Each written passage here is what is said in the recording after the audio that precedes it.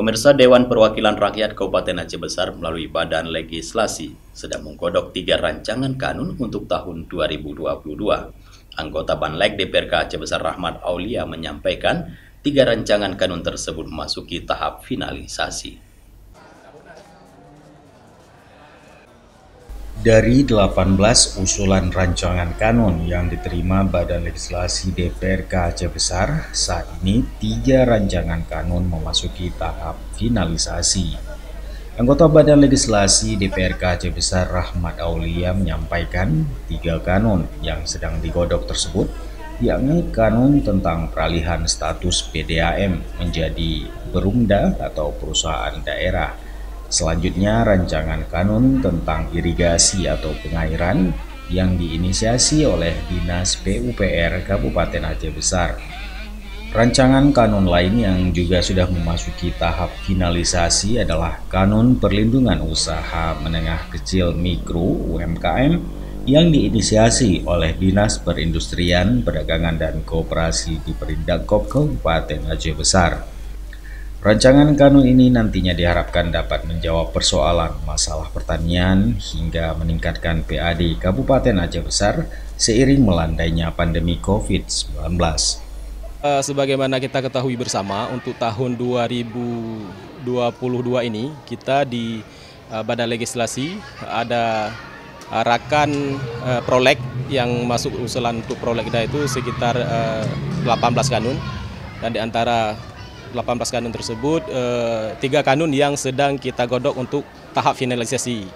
Jadi kita berharap nanti di pertengahan bulan 6 ini, tahun ini, semester pertama tahun ini, kita bisa merampungkan ke-3 kanun tersebut secara matang. Sekarang lagi kita proses untuk pematangan, baik itu berupa RDPU, kemudian juga kita pembahasan tingkat 2 dengan stakeholder terkait. Adapun ketiga kanun tersebut, yang pertama yaitu kanun tentang PDAM, jadi peralihan dari status PDAM menjadi perumda. Nah, jadi yang pertama kanun PDAM, yang kedua ada kanun tentang irigasi, tentang irigasi ataupun pengairan yang diinisiasi oleh Dinas PUPR Kabupaten Aceh Besar. Dan yang ketiga yaitu kanun perlindungan UMKM, ini di Disperindakop. Nah, 3 kanun ini terus kita pacu penyelesaiannya sehingga ini dapat juga menjawab persoalan terkait pertanian di Aceh Besar, kemudian masalah PAD juga dengan ada kanun PDAM nanti menjadi perumda, tentu ini akan menambah income ataupun PAD bagi Kabupaten Aceh Besar kita harap. Sama juga dengan di UMKM, kita berharap ada perlindungan terhadap usaha kecil menengah sehingga dapat membangkitkan ekonomi masyarakat, terutama setelah masa pandemi ini kita harap cepat berakhir.